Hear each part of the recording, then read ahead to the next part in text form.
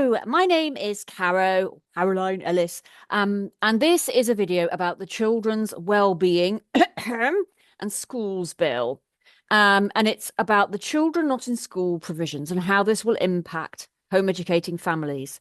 I myself was a home educator for a good number of years, so I'm a former home ed parent. I'm still very much involved. I help run our local group, one of our local groups, Taunton Home Education. So I kind of, to a large extent, live, sleep, eat, breathe home and education. I'm also a local councillor in Somerset, on the Unitary Authority and the Town Council. You'll see why I mention that as I go through this briefing. So I wanted to do a sort of quite detailed run through of the bill and why it will be so negative for home educated children and harm children and families, unfortunately, if we do not get it amended. So, warning, I'm not pulling my punches in this or sugarcoating it. The situation is not good. But remember, what you need to remember is that home educators across the country are fighting back, and we will support each other through this. We have fended off attacks in the past. This time, yes, very much. This is a David versus Goliath battle we face, but we are a very strong and supportive community. At the end, I might go through a few factors specific to Somerset, which might give some comfort to those folk living in Somerset. Sorry if you don't live in Somerset, but maybe you have specific protective factors in your area. So, in summary, the Children's Wellbeing in Schools Bill, it's not really about children's well-being. Apart from a sort of underfunded free breakfast for kids, there's not a lot in there about well-being. It's not really about well-being. And it would introduce a raft of unjust, punitive, discriminatory, and unnecessary measures, which would make it harder for many people to home educate and make it easier for local authorities to force certain children into school against their parents' wishes, and indeed the child's wishes. And in the process, it undermines the role of parents. One leading KC said they were shocked at the dramatic, new and significant state knows best incursion into family lives. Now, the worst impacts will be on vulnerable families and in those areas where local authorities are particularly hostile to home education. But all home educating families will be negatively affected to some extent or another. So why on earth are they doing this? Why attack home education? There's no evidence of any need to further regulate home education. We're told that the provisions are needed to ensure that children not in school are receiving a suitable education and are safe. Well, we know that home education is very, very safe and very, very successful for those who undertake it. There may be children who are missing from education, who've been expelled from school, or who are just haven't been offered a school place. A lot of SEND children where the local authority literally can't find a school that can meet their needs, but that's a very different group from home educators. So yes, they basically think, despite the fact that home education is very successful, well, in fact, that's quite embarrassing, actually, because the popularity of home education, because we keep being attacked, and yet the numbers keep rising. Now, part of that is a reflection of the broken school system. So it's embarrassing. It's embarrassing because it basically tells us what state the school system is in, which is not good, and that they're not looking like they're going to comprehensively tackle that. There's also a kind of desire, a drive to centralize, control, and standardize. Now, personally, that is inimical to me. Some people love the idea of the state taking more control over children, parents, and families. To me, that's inimical. I guess it, depends on your personal perspective. How have they managed to pull off such a brazen attack on home educators? There's been a long campaign of misinformation waged against us.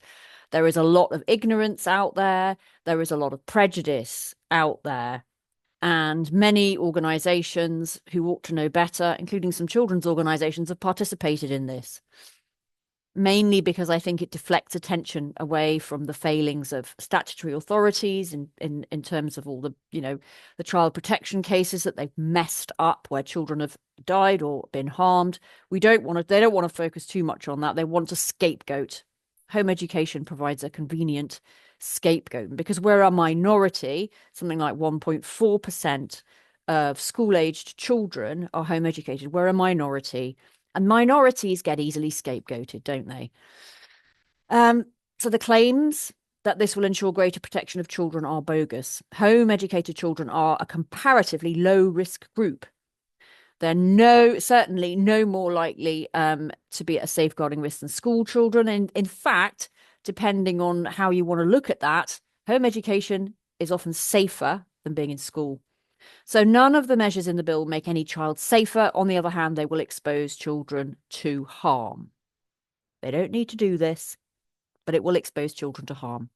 The current law, for all its flaws, and notwithstanding a lot of abuse by certain local authorities, basically upholds the right to home educate, but it also provides a system of checks and balances. So you've got a system that is proportionate and that works. If you could just stop people abusing it and stop the Department for Education churning out rotten guidance. Legal experts who specialise in education, family and human rights law believe that key aspects of the government's proposals in the bill will be contrary to human rights law. So what's the timetable for the bill? The bill started in the Commons. It had its second reading debate a couple of weeks ago. It's been through committee already. It's being moved swiftly through. It's awaiting the next stage, which is a report stage where, committee, a series of amendments were tabled. Only about an hour and a half was devoted to discussing the bits of the bill that affect home educators. And it was pretty cursory debate at that. The committee held a couple of oral evidence sessions. Nobody from Home Ed World was invited to give oral evidence. A lot of people gave written evidence, but a lot of those haven't been published. So now it's going to report stage, and that's swiftly followed by third reading. Then it has to go through the House of Lords. Now, the House of Lords may seek to amend the bill. If they do, it has to go back to the Commons for them to agree. Best guess could become law by spring unless we manage to derail this thing. Labour has a huge majority. However, there is growing popular disquiet at the government's attitude to parents and families, and there's maybe some signs of some decision makers at least realising what a hornet's nest this is. Plus, you've got the fact that local authorities have not been told how any of this is going to be resourced, and many of them, including my own, are under financial emergency. And indeed, you have to kind of think the whole system of the register, the mandatory registers I'm going to talk about, could just prove entirely unworkable because it hasn't been thought through. So we don't know when, say the bill goes through, when will the provisions come into effect? Some bits of bills, when they become a law, some bits come in straight away. Others have to have some other mechanism. Government has to make regulations or issue an order for them to come into effect. The government said they want to develop guidance first about aspects of the bill for local authorities and aspects that relate to the children not in school registers. And that is going to be a right old nightmare because the registers will require a huge amount of work and resource if they're to stand a chance of being implemented, and maybe they'll collapse under the weight of their own nonsense. Best guess 2027? Not sure. There's a high likelihood of legal challenges, and of course, even if it goes through unamended, there is scope for malicious compliance and continued resistance. So brace yourself. Now I'm moving on to the detail. So the first thing we've got, this is now clause 25 of the bill. If you look it up, the way that the bill is worded is a complete nightmare. Nobody's going to be winning any awards from the Plain English Society because it is designed to tie you up in knots and give you a massive headache. Essentially, clause 25 is about imposing new restrictions on who can home educate. So they say that they're introducing a consent mechanism for withdrawal of certain children from school. Let me just explain the existing situation. So at the moment, education law is clear that education is compulsory and school is not. And the default when your child is young, you're home, you're educating them at home. You're supporting them to learn all the skills they need at home until the age of 5. Well, you don't have to put them into school. Home education, education otherwise, is of equal status to school in the law. Um, and the duty to ensure that your child receives suitable education lies with the parents, not the state. So you can educate your child from home if you want to, and the state's duty is to provide schooling for those who want it or who have no other choice. Quite a lot of parents would prefer to home educate, but their working circumstances mean that it's would be too difficult, which is a shame. So in England at the moment, pretty much any parent can deregister their child from the school. They don't have to ask for permission or seek consent from anyone. The only exception to this is an arguably discriminatory provision, which says that if your child has an education, care and health plan, which involves them being in a special school, then you have to seek consent from the local authority. But at the moment, it says that the local authority must not unreasonably refuse consent to you. So as long as you can show them, oh, I'm intending to meet my child's special educational needs in this way, it should not be an issue, and the LA should readily agree. So that's the current scenario. Now they want, oh, and it's also worth pointing out, of course, that when a child is deregistered from any school to be home educated, the school by law must notify the local authority. So the vast majority of home educated children are known to their local authority and they're on a list already, on a register already. And on LA forms, schools are asked to express any concerns they may have either about the child's well-being or their education, and those have to be followed up by the local authority. And also, if they can see that there's been social service involvement or what they would deem to be a vulnerability there, they will also follow up with inquiries, proportionate inquiries. So there's a system there that works, that's got checks and balances. Apart from the fact that the EHCP thing, I think, is discriminatory. So now what we have is a proposal that LAs will be able to refuse, or must actually, the bill says, requests to home educate from parents of children under Section 47 investigations. They must refuse requests to home educate from parents with children on child protection plans, and also parents of children with EHCPs who attend special schools if they deem it in the child's best interests. So the home education provision a parent in any of those groups might have planned and want to put in place could be entirely suitable for that child. It could work really well. But if officials hold the opinion that school is best, children will be denied the right to learn from home. So you might think, oh, well, those children are very vulnerable. We should have extra checks. Well, let me just explain in a bit more detail. I mean, this, for one thing, it's a big intrusion into family lives. But let's just have a look, let's take, first of all, the restriction proposed for children in special schools. So nobody's really put forward a good reason for this at all. As I said, parents have a duty to make sure education is suitable. And sometimes, I mean, I know quite a lot of people whose child are notionally on the role of a special school, and the special school actually is not meeting their needs. The child's having a horrible time. They don't wish to attend. They're showing that they're communicating that they don't want to be there. Parents who've tried in that circumstance to seek EOTAS, which is education otherwise than at school, but it's funded by the LA, find that very difficult because you have to prove that no school could possibly meet your child's needs. So there will be a group of parents with disabled children. The special school placement is not working. There's not really another sort of school alternative. And they think, do you know what? I'm going to give it a go myself. I want to try out home education. They'll get in touch with groups like ours, for example. They'll do some research and they'll work out that actually this actually could work better for my child. So they will be denied the right to home educate if some officer who doesn't know their child, won't understand all the background, won't have that in-depth knowledge of their child's needs and their aspirations or anything, will be able to say, well, I don't think it would be in the best interests of your child. So that's the state telling the parent, even if the child was like, I want to be home educated, doesn't matter. It comes down to if an LA official deems in their opinion, it would be in the best interest of the child to remain in a school that's not meeting their needs. And we know how rotten LAs are in terms of SEND provision. I mean, there's a huge, chronic, long-standing issue, lack of appropriate special schools, real lack of that, and it's just the situation is quite awful. So, if a parent can show they would provide suitable education, then under human rights law, it should be perfectly possible for them to provide that for their child, and their decision ought to be respected, is where what we feel.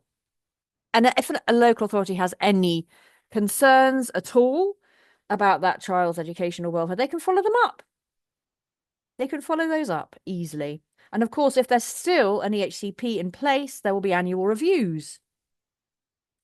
So, I mean, there are checks and balances there. And anybody who's been in home ed any length of time will know lots of children who were in special schools, who had a terrible time, who are now, since they're in home ed, have really thrived because they're getting a much more appropriate, tailored form of provision than anything that you could get in an institution. So that's bad. Then we've got the restriction on home education for children who are under Section 47 investigation. So a Section 47 investigation or inquiry, sometimes it's called a child protection inquiry. So these are investigations which are carried out to assess if there's a risk of significant harm to a child following somebody raising concerns about a child's welfare. So it could be triggered by your child presenting at A&E with bruises in the wrong places. It could be triggered by an estranged family member making all sorts of allegations. Or even maybe you've raised concerns about something that happened to your child at school, and suddenly you find the family's under this Section 47 investigation.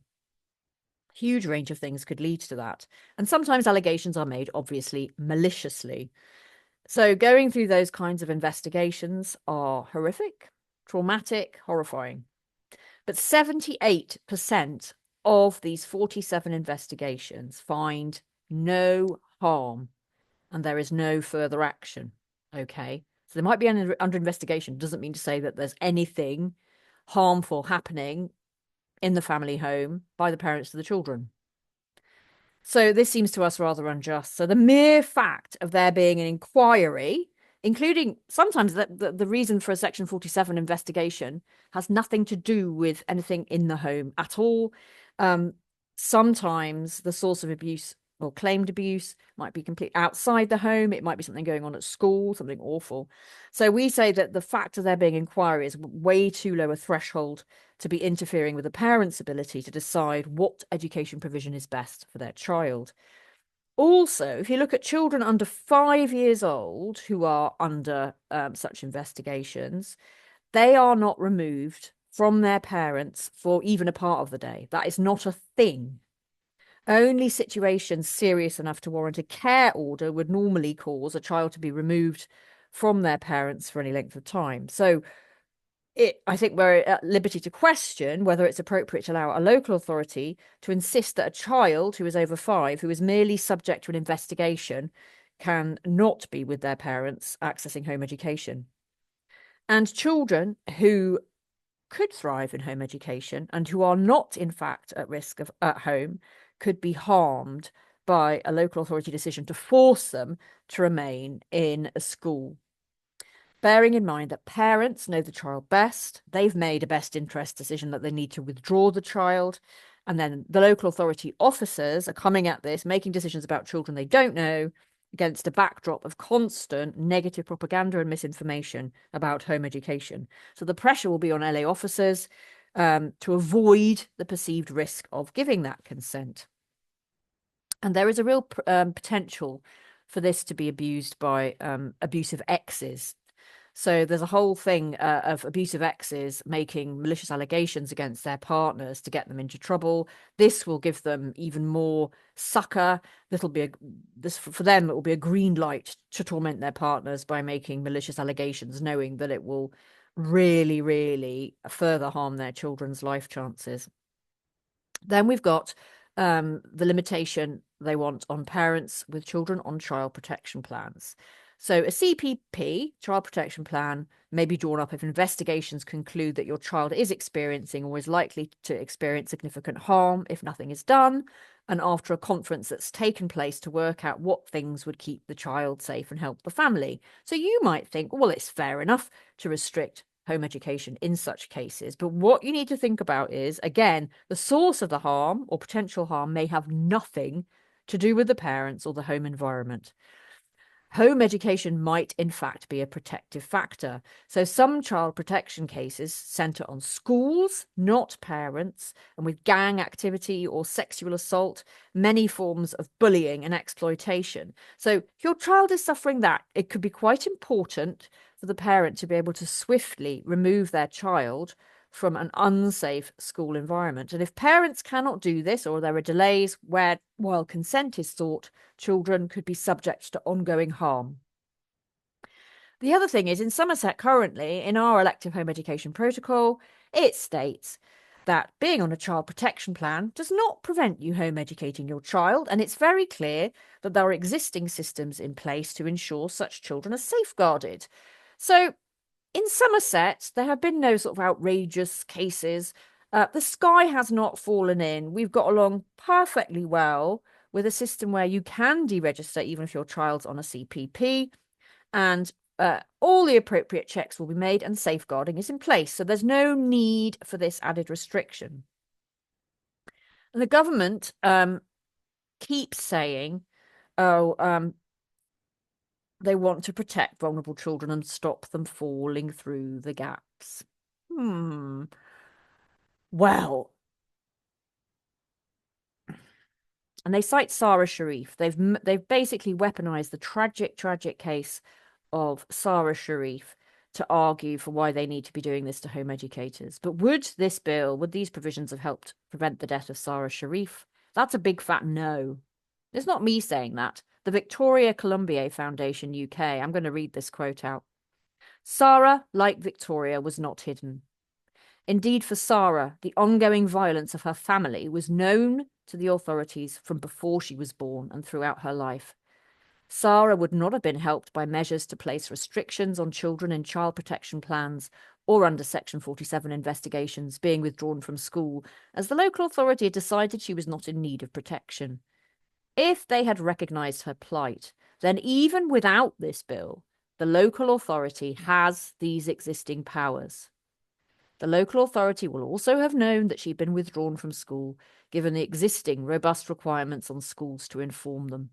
This is not the gap through which children fall, and this is not how we shall help them.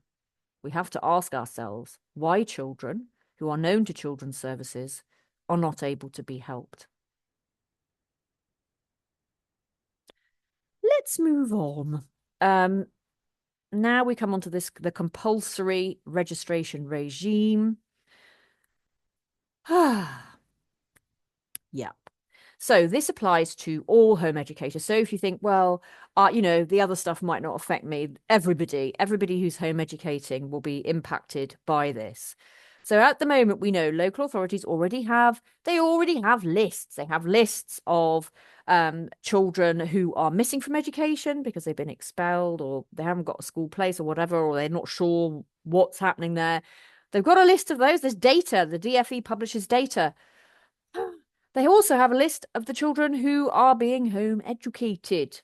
The only people they're missing, because schools have to notify when children are deregistered. The only people in terms of home educators they'll be missing maybe a few of, not very many, are the parents who've home educated their children from the start, children who've always been home educated. Sometimes those parents make themselves known to the local authority, say, hi, just letting you know we're home educating. They're more likely to do that if the local authority is known to be helpful, respectful of home education, not oppressive, and especially if they're offering access to something beneficial to the child, be that, it might be help with exams or whatever it is.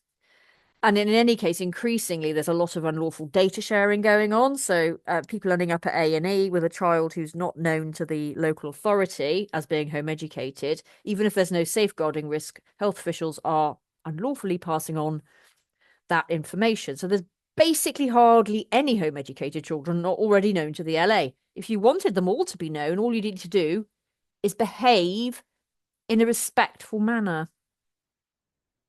Simple as that, and ideally offer something, offer a benefit. So, and as I've said before, once someone, the LA becomes aware of you, if they've got any concerns, they can follow those up. There's systems for doing that, informal inquiries and whatnot. That's all perfectly possible. So we've got this completely unnecessary introduction of what would be a mandatory register.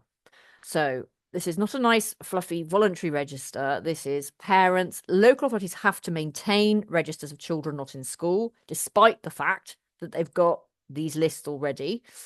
And parents, the difference is that parents will be required, they'll be under a duty to notify the local authority and provide details of everyone providing education to their child within 15 days or face fines and potentially school attendance order proceedings. And they'll have to keep this information up to date as well, or else they risk enforcement action. So it's the fact of, well, the wording, children not in school, it's very stigmatizing and negative. For starters, and it's conflating two groups, children missing education and children who are electively home educated. Not helpful at all, conflating those two groups. And the government, I think, thinks that these new duties, what they'll do is they'll flash out anybody who's withdrawn their child from school in order to facilitate abuse. Because in their minds, these people are legion. Mercifully, such parents are few and far between. They also tend to be known to social services already, as in the case of Sarah Sharif. So if you're an abusive father like Sarah Sharif's, you might either decide to ignore the new duty and just hide your kid much better, or you may rely on years of experience in pulling the wool over the eyes of inexperienced social workers and family court judges. So it's not actually going to flush out the people they think it's going to flush out. It's not going to deliver what they think it's going to deliver. And you've got a very negative compulsory register stigmatizing children and families who are doing something perfectly legal in home educating. So let's look at the amount of information that parents will be required to provide. So this is causing a lot of concern.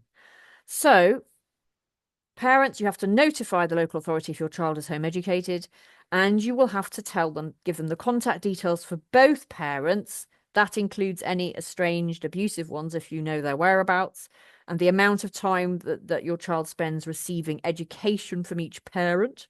The names, and this is where it gets even iffier, the names and addresses and description of any individuals and organisations involved in providing any education for your child. The website or email address of any provider of virtual learning the child is using.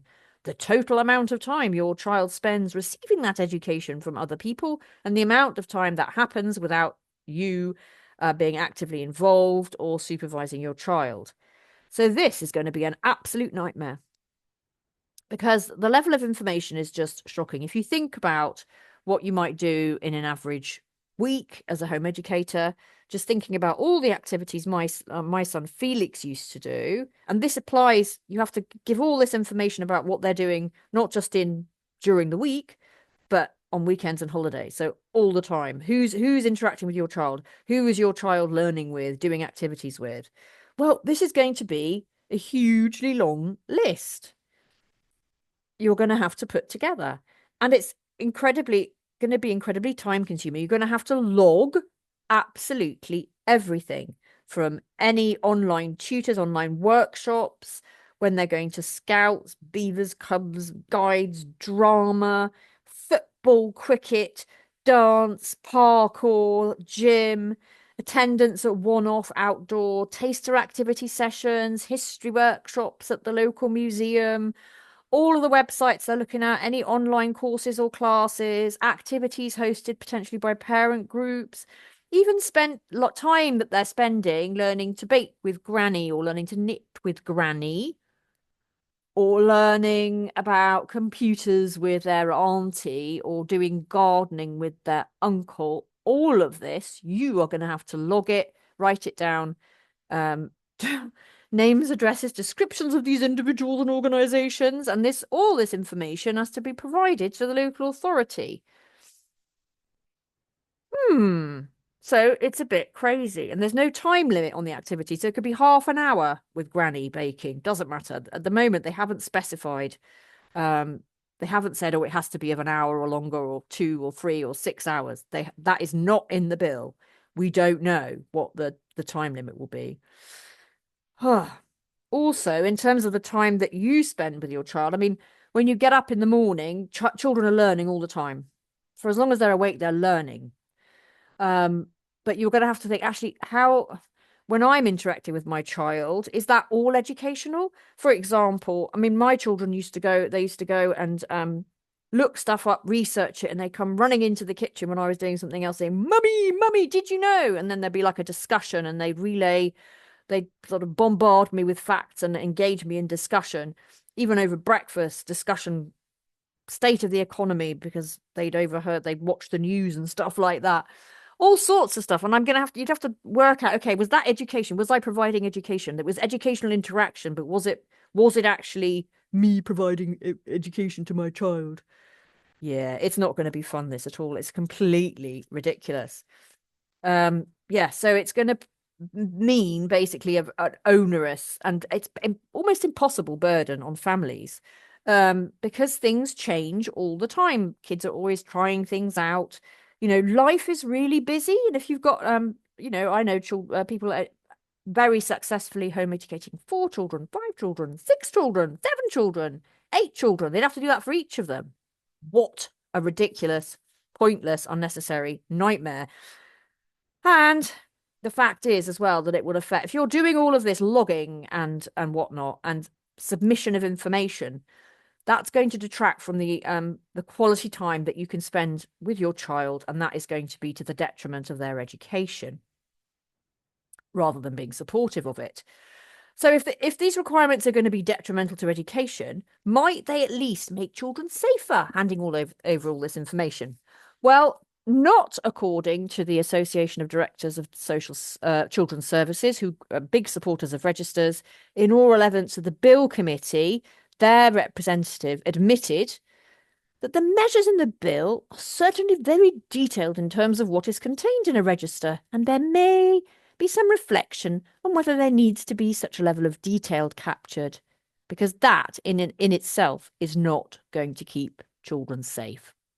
No, it's got nothing to do with keeping children safe.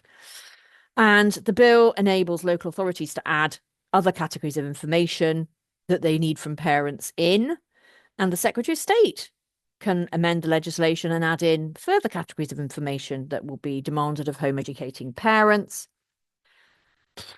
Blimey O'Reilly. And then if you fail to comply with these ridiculous new requirements, as I said, you are, if you don't provide accurate details, if you provide wrong information, you're in trouble. If you don't provide things within the time frame, you're in trouble. If you don't keep things updated, you're in trouble. You have 15 days to get them the correct information, or you will face fines. I forget what the amount is. Is it maximum? Oh, it's a significant amount of money. And potentially school attendance order proceedings. Those used to be reserved for where there was a case of unsuitable education, but no, now they'll be used for when you fail to provide them with information on time. So this is a big shift within the current system. Totally unnecessary. Now, there's also, in addition to parents having to tell their local authority where their child is, supply all this information about the movements of their child, what activities they've done with who, where, education providers will be required to supply the local authority on their request with details of home educated children that they provide or have provided out of school education to, where the parent hasn't been actively involved in the tuition or supervision of the child in the previous 3 months. And if they do not do this, they'll be fined. They have to do it within 15 days or they will be fined. Now, This doesn't apply to school children, so they might be providing the same service to school children and home educated children. They'll only be required to report on the home educated children. But this applies to an incredibly, potentially very broad range of providers indeed. So it could be forest schools, it could be sports groups, drama groups, scouts, church groups, tutors, all kinds of workshop providers. And now, if you provide those kind of things, you'll have your own data protection and privacy policies, and they will likely say that you only collect the information that you absolutely need for your child to participate safely, and that you will not pass those on unless there's some, like, the child is at risk of significant harm. You will not pass those on without the parent, or if the child's older, their consent. That's the deal. That's the kind of relationship of trust there is. So this will drive a coach and horses through that. They don't have to get consent from the parents or children for this. They're under a duty to simply pass the information on to the local authority. So you're going to damage the relationship between parents and families and education providers. Education providers might find this very burdensome, very costly. They might just say, do you know what?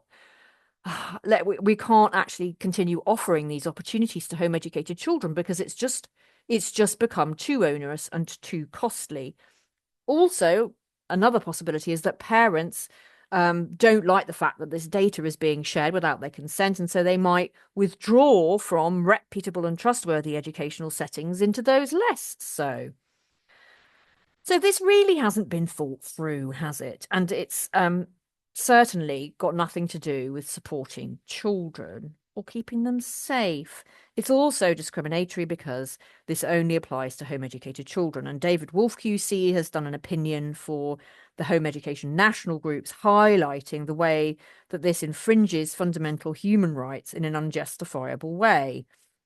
In terms of Article 8, which is the right to privacy, and then Article 14, which is about non-discrimination. So he thinks it's against human rights to have this provision only applying to home educated children. So there's an incompatibility here with fundamental human rights.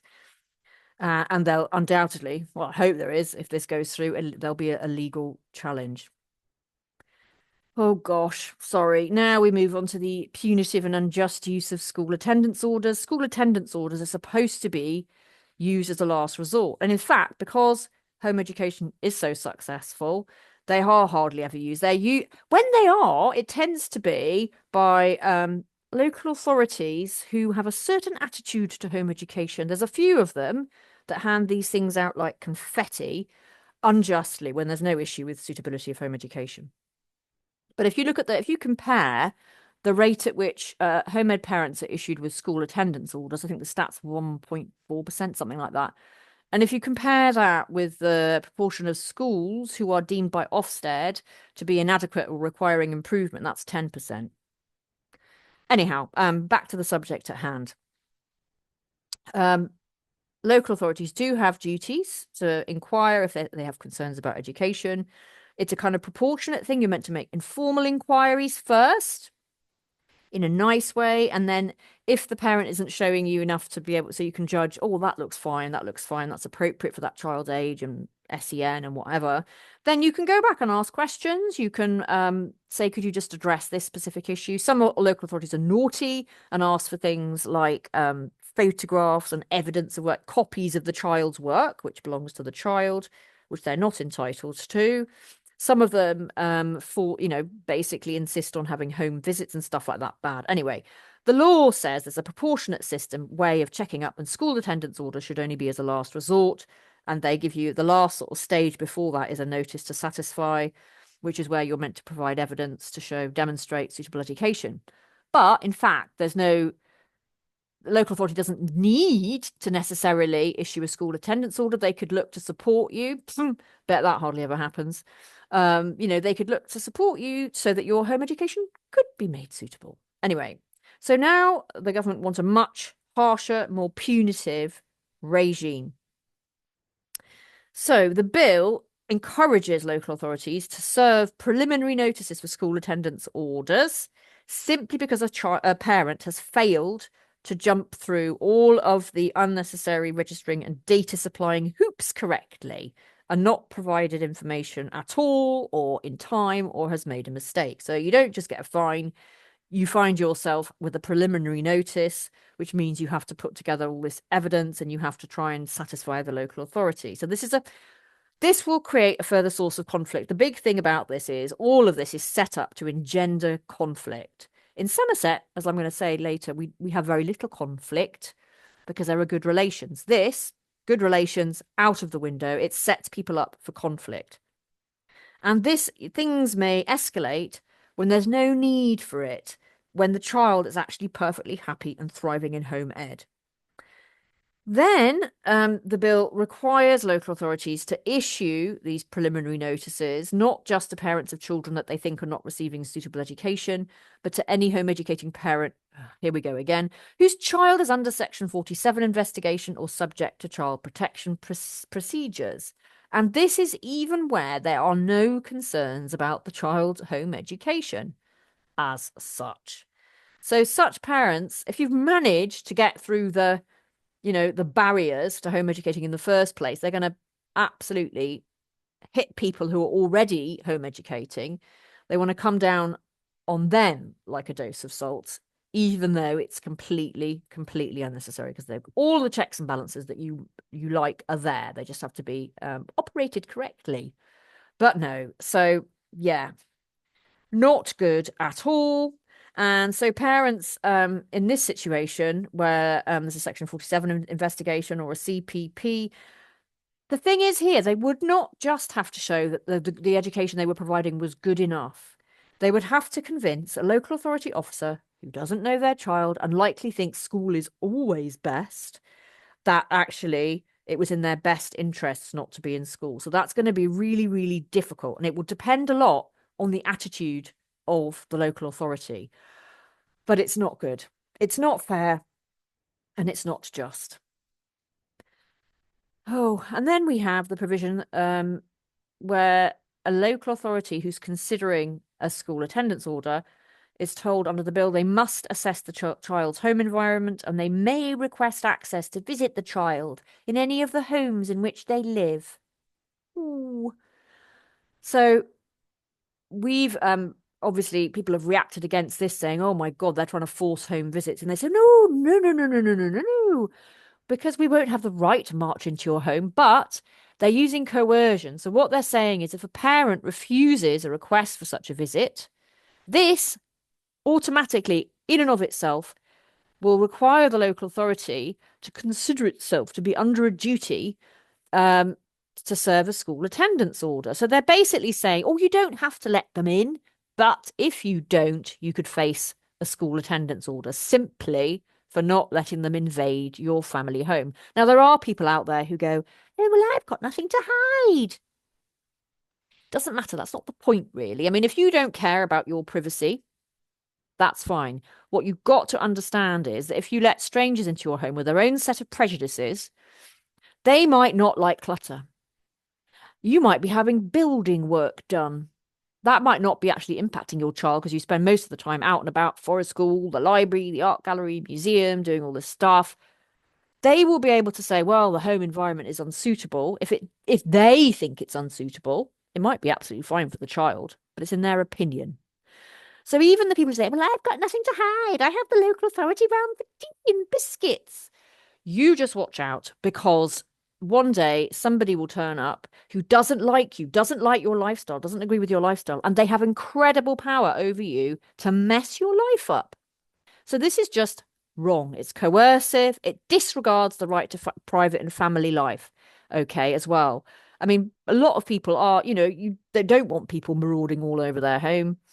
And another thing is it will traumatize some children. I know children who are terrified at the thought of local authority, anything to do with school, the threat of school, or anything to do with local authority. They cannot abide it because they've been traumatized, because they might have been bullied by teachers in the past. They might have been bullied by social workers. They've seen the harm that's been done through bullying to their parents, and they're scared, and it will traumatize some children. Some children cannot cope with strangers coming into their home. It's as simple as that. We can't leave these children open to trauma and harm. It simply can't be allowed to happen. Oh, and I'm not even done yet with the school attendance orders. So The other things that they're doing is, and this is kind of really just kind of quite spiteful. So they're going to enable local authorities to keep on prosecuting the parent under the same school attendance order without any form of further inquiry. Now, there's no other offence where you can be repeatedly prosecuted for the same breach. So this is completely unnecessary. If there was a case, really serious case of unsuitable education, there are other ways of going about it. You can apply for an education supervision order, for example. This is completely unnecessary. And then rather than just facing a fine for breaching a school attendance order, parents would face possible imprisonment under the bill for up to, I think it's 51 weeks. I mean, that's an incredible abuse of family rights and threatens children's welfare. Can you imagine the impact? Well, some people know what the impact is. The impact of parental imprisonment on children is absolutely devastating. So there's that sense of loss.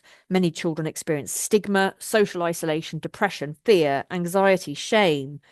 And as well as the threat to their immediate well-being, we know that imprisonment causes long-term trauma and impacts their health and well-being long-term for life. And it's also nonsensical because if your mum is in prison, how's that going to help you get to school? How's that going to help you to function and attend school? It's just crazy. And the thing is, because the stakes are now so high, um, if a if a parent is issued with a school attendance order now and the parent thinks this is totally unfair, they will take their chances in court now because they think, well, I probably will be able to convince a judge that actually the LA is wrong and I am providing suitable education. That's what happens now. Parents will just think, well, I'm going to have my day in court and I will show the judge what we're providing, and that's fine. Now they're going to be too scared in a lot of cases. They may be too scared because what they're risking is not just a fine. If it doesn't go their way, they're risking imprisonment. So they may have to agree to put their child into an unsuitable school environment, which might harm the child, to avoid imprisonment. So this will cause injustice, trauma, and harm. And there's no effective means of redress for parents. If a school attendance order is imposed unjustly, you can, in theory, appeal to the Secretary of State, but Education otherwise monitors this. And they say that the Secretary of State has never, not once, revoked a school attendance order for a home educated child on request, including in cases where such orders have been served manifestly inappropriately. Furthermore, the local government ombudsman will not consider such cases, and judicial review is financially untenable, so parents have no realistic redress. Oh gosh, I'm still not done because there are also changes to the definition of what constitutes an independent educational institution.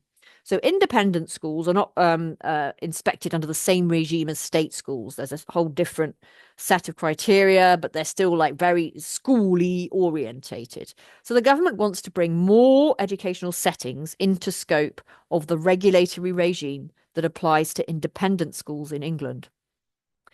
And they've kind of redefined education in the bill to enable them to bring more people into scope. So it can include instructional guidance on any matter. And also, it's not clear around how they're going to define full-time education or education that takes up the majority of a child's time. So they're deliberately leaving things unclear so they can decide later, out of the spotlight of parliamentary scrutiny, how they want to define an independent educational institution. The danger is that it could include settings run by home ed co-ops and CICs that are nothing like schools, which home educated children and young people attend part-time. These homemade co-ops and CICs are like, do not be including us in this. It would kill us off. It would be totally impossible to do what we do, which is really distinctive, nothing like a school, very special. So you've got Broadleaf, the CIC, which gave evidence to a education inquiry into Send recently, where they were explaining how they work and how it would be wrong to regulate them like an independent school and how that would harm children and how it would it would mean they were no longer able to deliver the very, very unique provision that they do. So this is not good also. I think I've mentioned data sharing, but there is going to be a lot of new non-consensual data sharing powers introduced through the children not in school provisions. And then they've got this thing about having a sort of track and trace for all children, a consistent child identifier provision. So every child would have a unique number. The Information Commissioner told them, you better make sure that's not the NHS number. And they've ignored that and said basically they're probably going to use the NHS number. So anyway, you've got this huge amount of non-data gathering, sucking up data and sharing it. And it's not limited to sharing for safeguarding purposes. So it's not just sharing data because a child might be at risk of harm. It's much broader. It can be just because you could say it, oh, well, it's promoting the welfare of the child. The child is not at risk, but you can just say, oh, well, it comes under promoting the welfare of the child, which is incredibly broad. And the flow of data, when I say non-consensual, it means the data subject, the parent or the child, have not given their consent and may not even be aware of all of the different sharing of data that's going on. So you've got non-consensual data flowing from parents about their children to LAs, from parents to LAs about education providers. Then you've got data flowing from education providers to the LA about parents and children. Then you've got data going from the local authority up to the Department for Education about children, even at individual level in home education.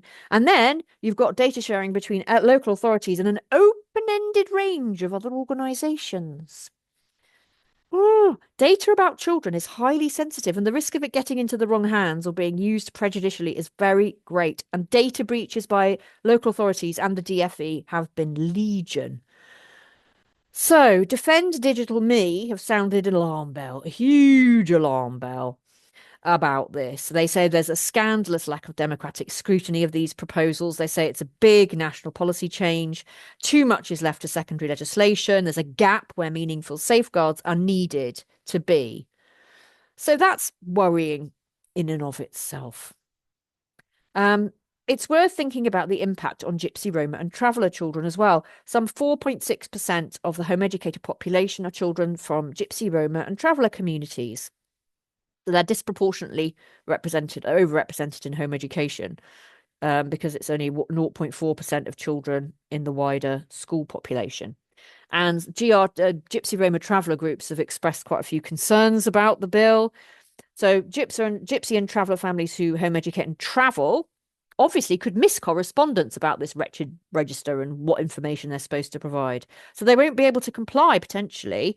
So that leads to a greater risk of prosecution.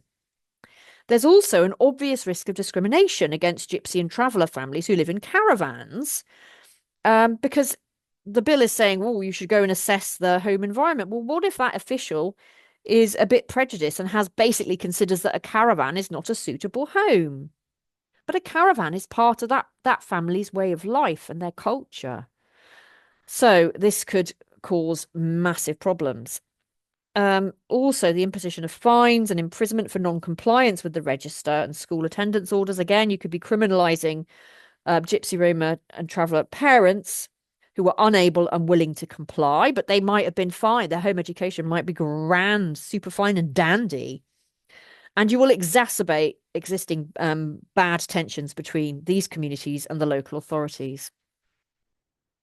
Is there at least some support for home educators and children, home educated children in this bill? No, there isn't. There's a Weasley thing about local authorities having to provide information and advice on request. What does that mean? All that means is a bit of information on a website or some, I don't know, advice probably about how you can apply for a school place. So this is totally meaningless. It's not support. The people providing the information and advice and the support is the home education community. It's us. We're supporting each other all of the time. And there's huge amount of support out there within the community. There are no provision for support for exams. Some MPs are agitating for this because it's a big injustice.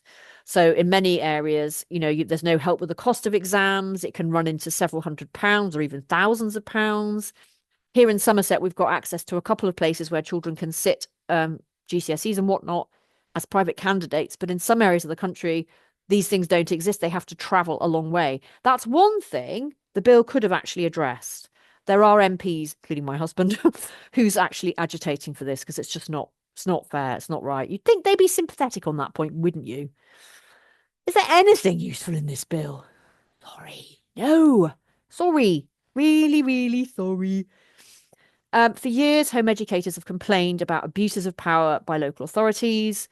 So you've got some really good local authorities, you've got some okay local authorities, and then you've got some absolute horror show local authorities. Oh, I'm itching to name some, but I won't because I'm very good.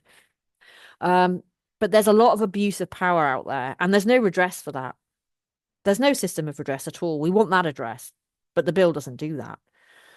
We've also asked for years for proper training of officers dealing with home education. This is something that locally in Somerset, they're very keen to involve home educators going forward and helping them, they want to involve us in their assessments of suitable education and talk to their officers about that. But basically, there's no training. If you to become they call different things, education welfare officer, education engagement officer, you won't have had training necessarily, certainly not in depth on human rights. You might not know anything about child development. You might know next to nothing about home education or different pedagogies, different ways of children learning. There's so much information about that out there, showing how children can learn all sorts of differently than in school. But these officers are not trained in that. Big omission, and we want that addressed. It's not addressed by the bill. Where are the resources coming for the home ed crackdown? Who knows? The stuff in the bill, there's some okay stuff about like family conferences and whatnot. Some of the child protection stuff is not entirely appalling. There's money for that through the social care prevention grant, but I don't think that money is supposed to wend its way into registers or anything. And certainly the government has pretended, oh, well, it's not going to cost them anything. They can just sort of do it anyway, do all this stuff anyway. So, no, we haven't costed out any additional resources. There is obviously a real risk of resources being diverted from positive preventative services into implementing what are oppressive measures. I'm sorry, but we'd rather have the good stuff, libraries, great, activities for families, more investment in SEND. The government have warped priorities at the moment, I think. Is the government engaging with home educators? Well, I talked a bit about the sort of cursory attention to home ed issues and the lack of involvement so far in the parliamentary process. No, they're not meaningfully engaging. For years, when they've done consultations about should we have a mandatory register, should we do this? Home educators have come back, virtually, 80%, 90% saying, no, no, no, no, that's the wrong way to go about this. We've got better ideas. Would you like to hear them? No, you wouldn't. So they've ignored our views. We are still being ignored.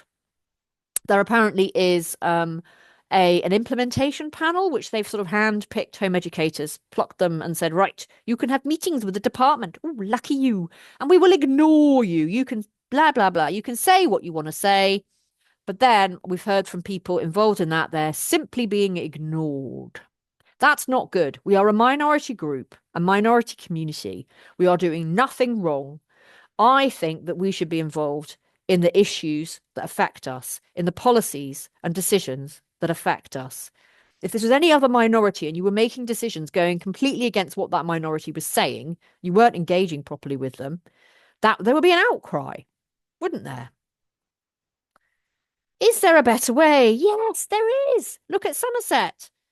Proportionality, positive relations. That is making for better outcomes for children. It's making for safe for children. There's a new starter service that Somerset do, and it asks parents, has home education had a positive impact on your child's learning? 91% of parents say, yeah, it's had a very positive or positive effect. They're asked, has home education had a positive or very positive effect on your child's happiness and well-being? 97% said yes, yes. So things are not perfect here by any means, okay? But there is a different way. It's called being respectful and it's called sticking to the existing law and being proportionate and engaging with your home education community and developing positive relations, not relations based on fear and coercion, relations based on respect and collaboration. And that gives better outcomes for children. So we think the children not in school provision should be binned or significantly amended to ensure that any system of registration continues to be voluntary, that you adopt best practice in relation to data protection. So you only gather the minimum of what is needed, strictly needed, that any system of registration is linked to concrete benefits, because that's how you'll get all of the home educators merrily skipping along and going, hey, we're here. So support with exam costs and accessing local exam centres is the key concrete benefit that we would like to see. Parents, we think, should be able to deregister from schools on demand. That's a child protection issue, allowing parents to do that, because home education has been a lifeline for so many children, and you can't take that away, or children will suffer. We want the existing proportionate checks and balances in the system to be retained. So the ability, yes, local authorities can make their checks in a proportionate way to keep kids safe. No problem with that. Any future legislation and guidance, as well as local policies and protocols, we think should be properly co-produced with home educators. Now, in case all of this, the bill goes through largely unamended, it won't be good anywhere. At least in Somerset, we are not among the local authorities. This local authority has never traditionally had it in for home editors big time. Other areas do have it in for home educators. So the provisions are maybe unlikely to not be abused as much as they would elsewhere. Official policy from Somerset Council has been positive, supportive, light touch approach. It's in a financial crisis. We're in a financial crisis here in Somerset, so we need to conserve resources. We do not want to be spending resources where we don't need to, and we'd rather spend resources on positive support for children and families.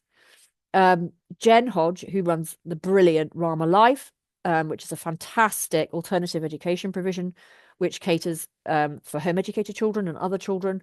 We have links with officers. We are going to try and exercise some influence on how things are implemented. So I said they want some input on how they judge what is suitable education. We've talked to them about this and tried to make them understand from a home ed perspective what that involves. And we're going to follow up on that and keep talking and keep collaborating.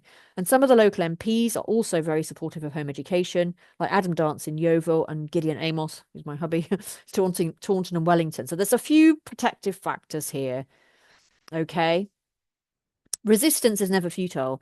Stay informed. Join the Home Education Action Group on Facebook. Follow Educational Freedom and Education Otherwise. And Jen Hodge is brilliant doing education differently.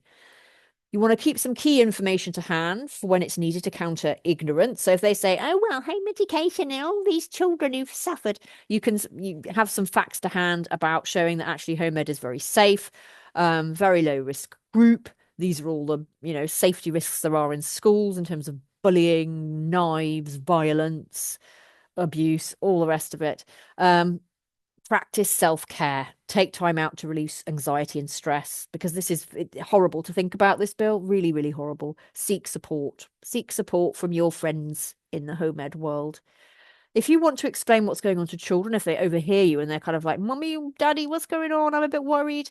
Jen has made a fantastic video explainer. It's absolutely brilliant. So find Jen Hodge doing education differently, and you can watch that video. It's very reassuring and it's very empowering as well. Do whatever you feel able to do. I should have done this video 2 months ago, arguably, but I've been too busy organising home ed activities. Anyhow, you can write to your MP. It's still not too late. And there's various guides for that. You can post positive accounts of your home ed on social media that helps challenge the negative attitudes. Or indeed, you could pray. I'm not even religious, but I don't mind you, please. Yeah, if you're religious, pray. Why not? There is home ed action. Keep lobbying MPs. People are starting to write to peers. There is a Home Education Awareness Week coming up, starting next Friday, the 28th of February, running to the 8th of March. 28th of February is International Anti-Bullying Day. So we will all be taking to social media. This is Jen's idea. She's so clever. Using the hashtag, Are You Listening Now? So find out more about that. That's something you can do virtually. And then it culminates on the 8th of March with rally in key cities, London, Leeds, Manchester, Exeter, and Birmingham. You can find out more information online, Home Ed Action Group or Jen's group. So this is the beginning. If you want more info, I can send you this. There's a whole briefing document I can send you as well. You could have a copy of the bill from the Parliament website. Do join the Home Education Action Group. Follow Jen. Follow Educational Freedom, educational otherwise. Those are my contact details. If you'd like anything, any more information from me. I'm not an expert. I'm just sharing. I just felt the need to make this video because I made one about the schools bill. I just felt I had to. I'm going to try and update our website, which hasn't been updated for eons, soon, or you can follow our Facebook page where I'll be putting more information about the bill. I hope I haven't bored you. I hope I haven't put you to sleep, although if you're suffering from insomnia, perhaps that's not a bad thing. Maybe this will help a few people. That's all I aim to do, really. Anyway, I hope you have great weekend. I'm recording this on Friday evening. This is what I do with my Friday evenings, change to my desk. Anyway, guys, we stick together, we stand strong, and we'll be okay if we stick together. And we must fight. Meanwhile, we are going to damn well fight this. And who knows? Okie doke, that's the end of my video. Bye bye. Oh, I need a glass of wine now, I think.